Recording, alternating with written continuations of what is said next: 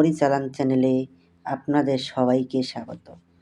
তো থাম্বনেলে আপনারা দেখতেই পেরেছেন যে এক ডাকে পরী হাজির, এবং এই পরীকে আপনারা সবার সামনে আয়নার মধ্যে হাজির করে আপনারা হাজিরা দেখতে পারবেন।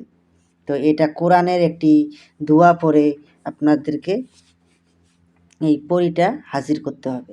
আর যেই সময় আপনারা আয়নায় হাজির করে আপনারা হাজিরা দেখবেন, ওই সময় এক ডাকে পরী এসে আপনার আয়নার মধ্যে হাজির হয়ে যাবে, এবং ওকে ওই যে হাজিরা যে দেখবেন ওকে যা জিজ্ঞেস করবেন সে তা সঙ্গে সঙ্গে আপনাকে সব কিছু বলে দিবে।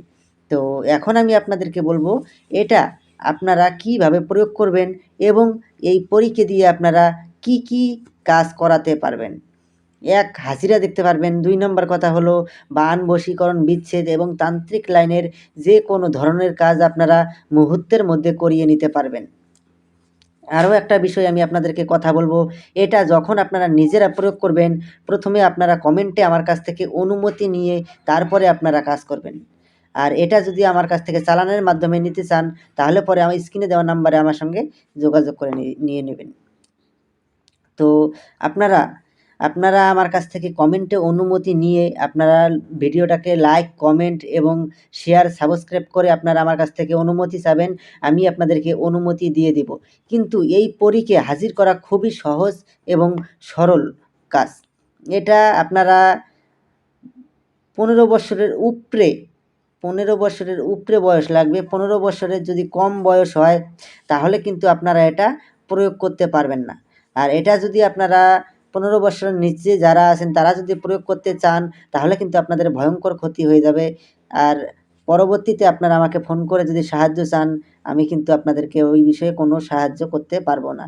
তাই আমি আপনাদেরকে রিকোয়েস্ট করব যে আপনারা 15 বছর নিচে যারা তারা এই ভিডিওটা দেখে আপনারা এই কাজের প্রয়োগ কিছুতেই করবেন না। তো আশা করি বুঝতে পেরেছেন।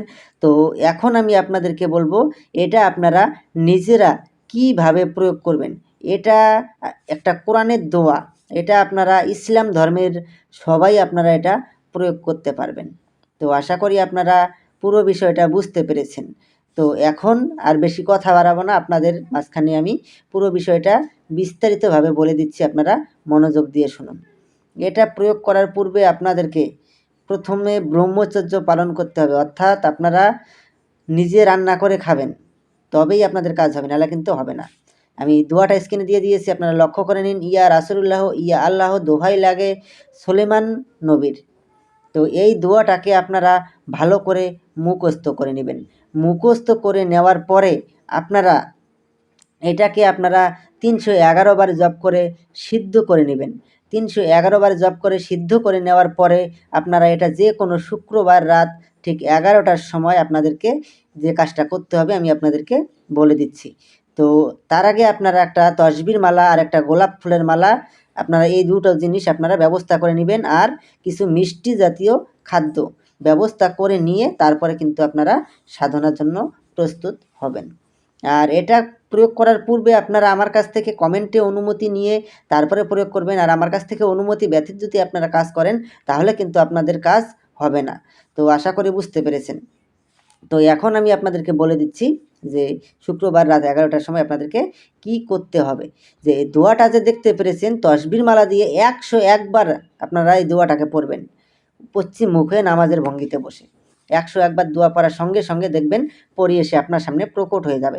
যখন পরী এসে আপনার সামনে প্রকট হবে, পরীর গলায় আপনারা গোলাপ ফুলের মালা পরিয়ে দেবেন। পরী গোলাপ ফুলের মালা স্বীকার করলেই আপনার বশ্যতা স্বীকার করবে। তারপরে আপনারা ওনাকে বলবেন যে আপনাকে কী নামে ডাকলে পরে আপনি আমার সামনে এসে প্রকট হবেন।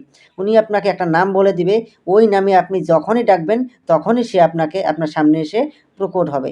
আর আয়নার সামনে আপনারা কিভাবে হাজির করবেন, ওই নাম ধরেই আয়নাতে একটা ফু দিবেন, আয়নাতে প্রকট হয়ে যাবে।